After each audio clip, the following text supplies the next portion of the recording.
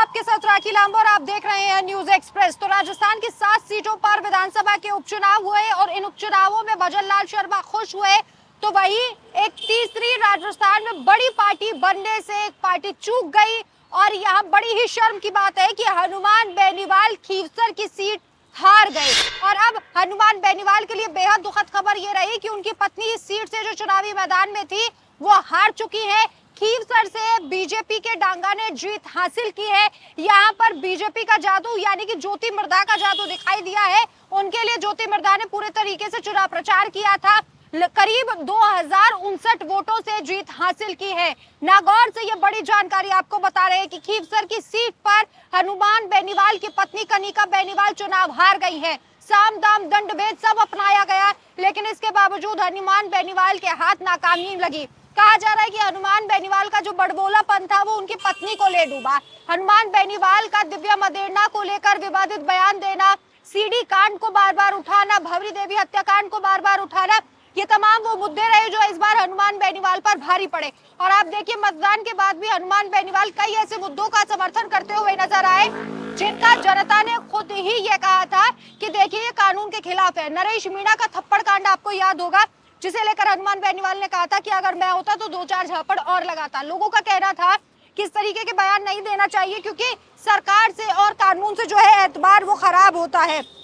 साल 2008 से लेकर साल 2023 तक खीवसर की सीट पर आरएलपी का दबदबा था। और अगर आरएलपी ये सीट जीत जाती तो जो लड़ाई बाप यानी कि भारतीय आदिवासी पार्टी और आरएलपी में थी कि तीसरी सबसे बड़ी पार्टी राजस्थान की कौन बनेगी, वो शायद खीवसर जीत कर हनुमान बेनीवाल उस ओर आगे बढ़ जाते। लेकिन अब जो एक सीट खीवसर की, बिल्कुल ये कहा जाता था कि यहाँ पर ये विरासत है आरएलपी की कि खीवसर की सीट यही जीतेंगे, लेकिन ऐसा इस बार नहीं हुआ है और कनिका बेनीवाल हार गई है।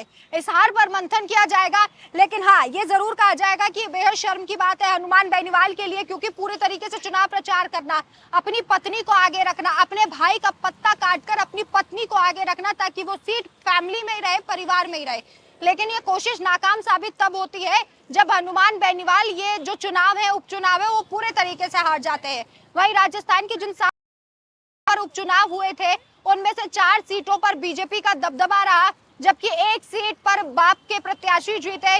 और झुंझुनू की सीट जो कांग्रेस का गढ़ शुरू से कहा जाती थी, वो सीट कांग्रेस हार गई और यहाँ पर बीजेपी के प्रत्याशी ने जीतकर ये दिखा दिया कि यहाँ विरासत नहीं चलेगी, यहाँ पर काम की बात चलेगी। हालांकि भजन लाल शर्मा इस जीत से काफी खुश है, लेकिन नागौर से जो हार मिली है, खीवसर से जो हार मिली है, उसे लेकर हनुमान बेनीवाल बेहद दुखी दिखाई दे रहे हैं। और ये दुख इसलिए भी है क्योंकि अपने भाई को छोड़ भरोसा अपनी पत्नी पर जताया था, लेकिन पत्नी उनकी राजनीतिक विरासत को नहीं संभाल पाई और जो हार मिली है 2059 वोटों का मार्जिन शायद इतना ना हो, लेकिन हनुमान बेनीवाल के लिए सीट पर एक एक वोट बहुत जरूरी था, महत्वपूर्ण था। अब जब ये सीट हनुमान बेनीवाल हार गए हैं तो देखना होगा कि किस तरीके से मंथन किया जाता है, क्योंकि हनुमान बेनीवाल खुद तो सांसद बन गए हैं, दिल्ली में उनकी आवाज सुनाई देती है, लेकिन जो एक सीट उनकी विरासत थी वो सीट उनके पास से चली गई है। इस खबर पर आपकी क्या राय है, हमें कमेंट करके जरूर बताएं। नमस्कार।